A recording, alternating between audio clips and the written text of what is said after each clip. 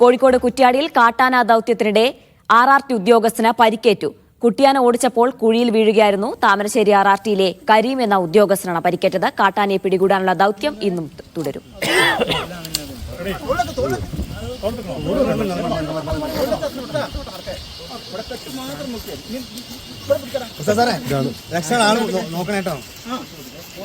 ഈ നന്ദഗോപാലന്റെ വിശദാംശങ്ങൾ നൽകാനായി. നന്ദു, എപ്പോഴാണ് അപകടമുണ്ടായത്? ഇന്ന് വീണ്ടും ദൌത്യം തുടരുമ്പോൾ അത് എങ്ങനെയാണ് ക്രമീകരിച്ചിട്ടുള്ളത്? ജീന, കുറെ അധികം ദിവസമായി കുട്ടിയാന ദൗത്യം ഇവിടെ തുടരുകയാണ്. താമരശ്ശേരിയിൽ നിന്നുൾപ്പെടെയുള്ള RRT സംഘങ്ങളാണ് ഈ കുട്ടിയാനയെ പിടികൂടുന്നതിന് വേണ്ടി ഇവിടേക്ക് എത്തിയത്.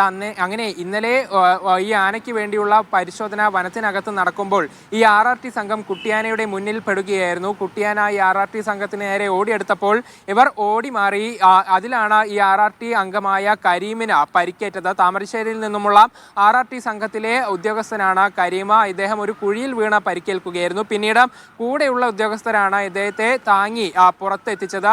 ആശുപത്രിയിൽ എത്തിച്ച് പ്രാഥമിക ചികിത്സ നൽകിയ ശേഷം ഇദ്ദേഹത്തെ വിട്ടയക്കുകയും ചെയ്തിട്ടുണ്ട്. ഏതായാലും കുട്ടിയാനയ്ക്ക് വേണ്ടിയുള്ള ദൗത്യം ഇന്നും തുടരുമെന്നുള്ളതാണ് വ്യക്തമാക്കിയിരിക്കുന്നത്. ആനക്കുട്ടി ജനവാസ മേഖലയിലേക്ക് ഇടയ്ക്കിടെയായി എത്തുന്നുണ്ട്. ഈ ഭാഗത്തേക്ക് RRT സംഘം എത്തുമ്പോൾ ഈ ആനക്കുട്ടി ഓടി വനത്തിനകത്തേക്ക് പോവുകയും ചെയ്യുന്നുണ്ട്. ഇതിനെ കൃത്യമായ ഒരു സ്ഥലത്ത് കിട്ടിയാൽ മാത്രമേ മയക്കുവെടി വെച്ച് പിടികൂടാൻ സാധിക്കുകയുള്ളൂ എന്നുള്ളതാണ് വനം വകുപ്പ് വ്യക്തമാക്കിയിട്ടുള്ളത്. ഇതിനു വേണ്ടിയുള്ള സജ്ജീകരണങ്ങളെല്ലാം തന്നെ ഇവിടെ ഒരുക്കുകയും ചെയ്തിട്ടുണ്ട്. ആനക്കുട്ടിയെ പറ്റിയ സ്ഥലത്ത് കിട്ടിയാൽ ഉടൻ തന്നെ മയക്കുവെടി വെക്കുമെന്നുള്ളതാണ് വ്യക്തമാക്കിയിരിക്കുന്നത്.